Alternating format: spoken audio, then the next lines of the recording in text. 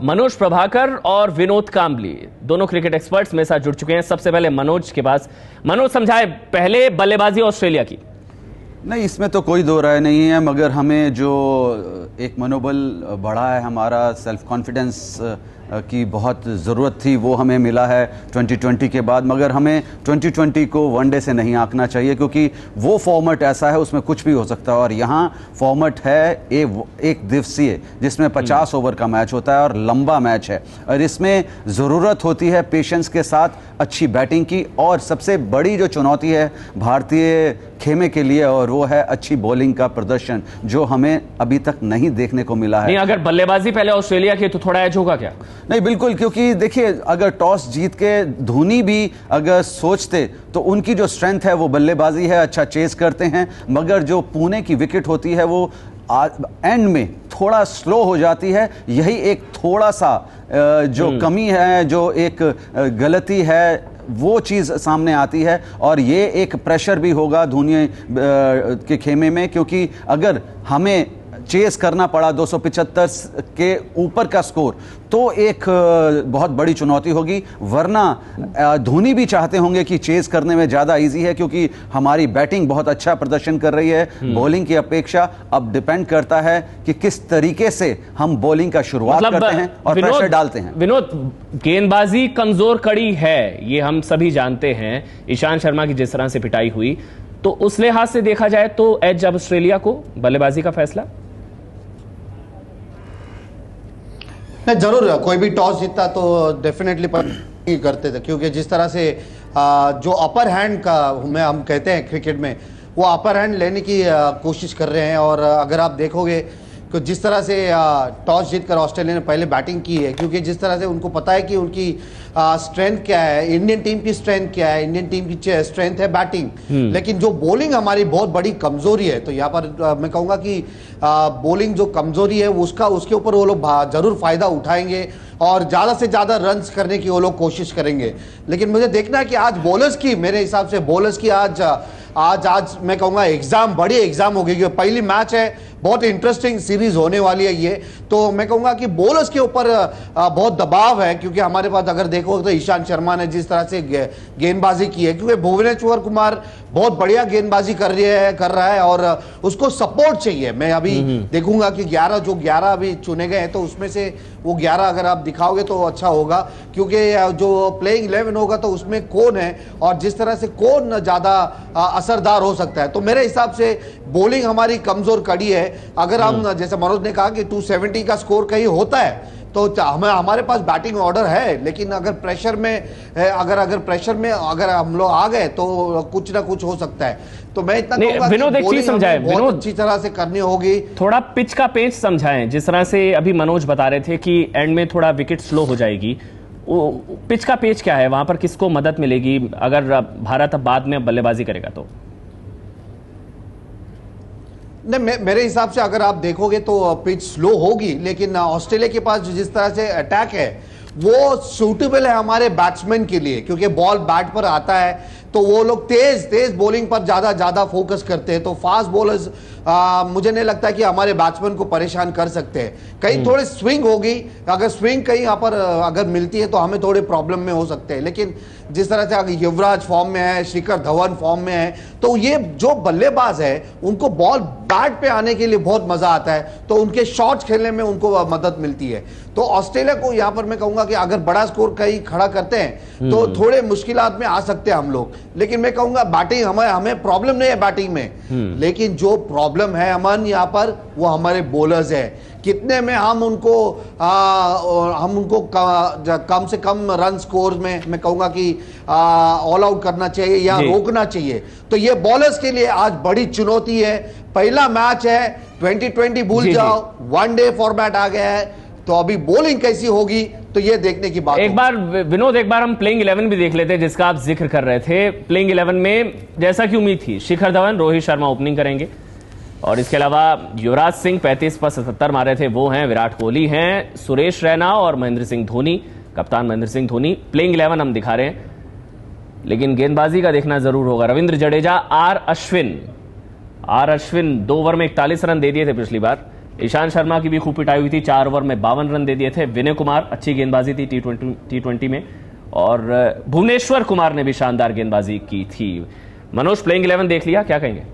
नहीं, देखिए जो विनिंग कॉम्बिनेशन है, मैं समझता हूं कि धोनी जल्दी से नहीं चेंज करते और यही एक सबसे बड़ा कारण है कि सेम टीम खिलाई गई है। मगर मुझे समझ में नहीं आता कि अगर आपके पास विकल्प है तो उसे ज़रूर परखना चाहिए। जैसे सामी बाहर बैठे हैं, उनका वनडे का प्रदर्शन अच्छा है तो उनको ज़रूर चांस देना चाहिए इस सीरीज में। मगर यही लगता है कि क्योंकि हम पहला मैच जीते विनिंग कॉम्बिनेशन के साथ छेड़छाड़, मैं पहला मैच जीते हैं तो इसलिए मेरा ख्याल छेड़खानी नहीं कोशिश कर रहे हैं धोनी। मगर देखिए जो चीज़ है, अगर आपके स्पेशलिस्ट बॉलर जैसे अश्विन है, पूरा कोटा नहीं डाला है उन्होंने 2020 में, तो ये एक सवालिया निशान होता है किस तरीके से उनका यूटिलाइज होता है, किस तरीके से फेरबदल होता है और बॉलिंग चेंजेस होते हैं। तो अच्छा इम्तिहान है, मगर धोनी सक्षम है इस टीम को खिलाने के लिए। ये पिछले मैच के हम रिकॉर्ड्स भी दिखा रहे हैं विनोद। उस हिसाब से देखा जाए तो अश्विन की पिटाई हुई थी 2 ओवर में 41 रन।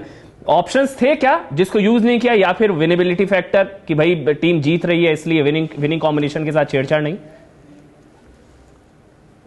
विनिंग कॉम्बिनेशन धोनी के बारे में तो कहूंगा कि वो कुछ भी डिसीजन कभी भी लेता है और वो हमेशा चल जाता है। कभी कभी बैक फायर होता है, लेकिन बैक फायर वाला मैं कहूंगा कि मैं एक सिलेक्शन से मैं अभी तक खुश नहीं हूं। आप कितने साल और कितने टाइम ईशांत शर्मा को खिलाते रहोगे जो इंपैक्ट ही नहीं है, वो इंपैक्ट बॉलर नहीं है, वो एक ऐसा कहता है एक लाइबिलिटी है, वो जो उसको खिलाना है तो खिलाते हैं। जैसे मनोज ने कहा कि बाकी के प्लेयर्स, जयदेव उनटकर अच्छी गेंदबाजी कर रहे हैं, शामी अच्छी गेंदबाजी, आपके पास विकल्प, जैसे मनोज ने कहा कि विकल्प है, तो आप ईशान को बार बार मौका किस लिए देते जा रहे हो? तो ये मेरे समझ के बाहर है, क्योंकि अगर कोई बॉलर अच्छा प्रदर्शन नहीं कर रहा है, वो टीम में जस्ट अपना नाम के लिए और अपने एक्सपीरियंस के लिए बैठा है, तो मेरे हिसाब से उसकी जगह नहीं बनती है। मतलब आज मैं देखूंगा ओवरऑल परफॉर्मेंस आज अगर ईशांत शर्मा अच्छा नहीं करते हैं, बोझ है, आप बता रहे हैं लायबिलिटी है ईशांत शर्मा, लेकिन ओवरऑल परफॉर्मेंस जो गेंदबाज हैं उनकी किस तरह की रही है ऑस्ट्रेलिया के खिलाफ? जो भारतीय गेंदबाज आर अश्विन, रविंद्र जडेजा, ईशांत शर्मा, विनय कुमार, भुवनेश्वर कुमार, उनका हम दिखा रहे थे। लेकिन मनोज, क्या ईशांत शर्मा लायबिलिटी है, बोझ है जिसका वो जिक्र कर रहे हैं, और उनादकट को मौका दिया जा सकता था, सामी, कुछ और ऑप्शंस थे क्या भारत के पास? और अगर थे तो कौन कौन से थे? देखिए, मैं समझता हूं कि धोनी का सबसे बड़ी एक सोच जो है वो बदलनी पड़ेगी, क्योंकि अगला फ्यूचर भी देखना है। अगर आप ईशांत को इस तरीके से यूटिलाइज करते रहेंगे तो एक तो आप क्या क्या खिलाएंगे, 2020 भी खिलाएंगे, वनडे भी खिलाएंगे, और टेस्ट मैच के लिए जो बेहतरीन जो एक्सपीरियंस रखता है उसको टेस्ट मैच भी खिलाएंगे, तो आप एक इंजरी की तरफ उसे अग्रसर कर रहे हैं। तो मैं समझता हूं कि यहां पर जब विकल्प हैं तो उसका यूटिलाइज करना चाहिए। और आपके पास इस तरीके के बॉलर्स हैं जो यंग हैं, जो वेट कर रहे हैं कि हाँ उनको चांस दिया जाए और वो अच्छा परफॉर्म करके दिखाएंगे। बिल्कुल सही बोला कि लायबिलिटी तो नहीं कह सकता मैं, मगर बिल्कुल एक सवालिया निशान तो है ऐसी परफॉर्मेंस पे, जो बार बार इस तरीके की परफॉर्मेंस देने के बाद भी वहां पर टिके हुए हैं। जब भारत चेज करेगा तो भारत के जीतने की संभावनाएं और बढ़ जाती हैं। तो एक तरीके से ब्लेसिंग इन डिस्गाइज है। तो टॉस हार गया है, लेकिन एक तरीके से तो कह ही सकते हैं ना कि वो चीज जिसका जिक्र आप कर रहे थे वो चीज भारत के पक्ष में है।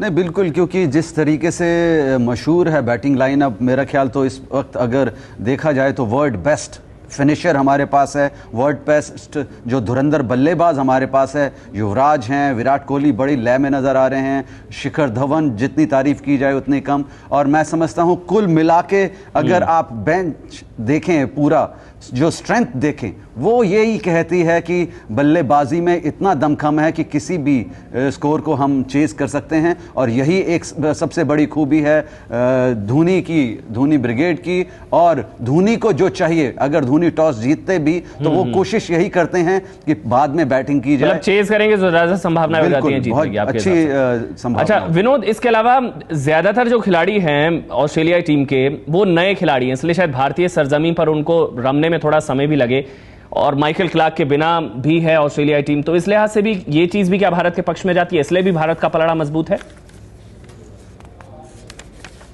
नहीं, जरूर, लेकिन क्रिकेट है, कुछ बोल नहीं सकते हैं अमन यहाँ पर, क्योंकि जिस तरह से अगर आप कहोगे तो वीक टीम लेकर अगर आप चलोगे तो ओवर कॉन्फिडेंस हो जाएगा। ओवर कॉन्फिडेंस में आप कहीं ना कहीं मैच हार भी सकते हैं। मैं तो इनफैक्ट चाहता हूं कि ये सीरीज इंडिया 7-0 से जीते। ये मेरी शुभकामनाएं है। और आज के दिन मैं तो कहूंगा आज का दिन तो बहुत बड़ा दिन है। आज तो दशहरा है कि आज इवल के ऊपर गुड ने कर दिया था। तो सब एबीपी व्यूअर्स और एबीपी में जो है मनोज, अमन, आप सभी को दशहरे का दिन है और दशहरे के दिन की शुभकामनाएं। और मैं यही कहूंगा, राम जी की निकली सवारी, राम जी की नीला है यारी। और विनोद, एक तरफ लक्ष्मण एक तरफ सीता, बीच में जगत के पालनहारी। वाह वाह वाह। आज जीतेंगे तो डेफिनेटली दशहरा मनाएंगे। जो 10 मुंडी है वहां पर मैं बाण भेजूंगा, मैं बाण छोड़ूंगा। और इंडिया को एक बढ़िया मौका है कि आज बाण छोड़ो, आज आग के गोले के बाण छोड़ो और आज मैच जीत लो। और जीत की नवमी भी होगी है कहीं ना कहीं विनोद, क्योंकि लगातार 8 मैच हम जीत रहे हैं, 10 में से पिछले 8 मैच हम जीते हैं। तो ये अगर हम जीतते हैं तो ये जीत की नवमी भी होगी, इसको इस तरह से भी कहा जा सकता है। शुक्रिया आपका विनोद कामली, साथ ही मनोज प्रभाकर, आपका बहुत बहुत शुक्रिया। आपसे थोड़ी देर बाद 7 वनडे मैचों की सीरीज का आगाज होगा। पहला मुकाबला भारत और ऑस्ट्रेलिया के बीच पुणे में शुरू होगा। ऑस्ट्रेलिया ने टॉस जीतकर पहले बल्लेबाजी करने का फैसला किया और आईसीसी वनडे रैंकिंग में अपनी बादशाहत को बरकरार रखने का भारत के सामने एक बड़ी चुनौती।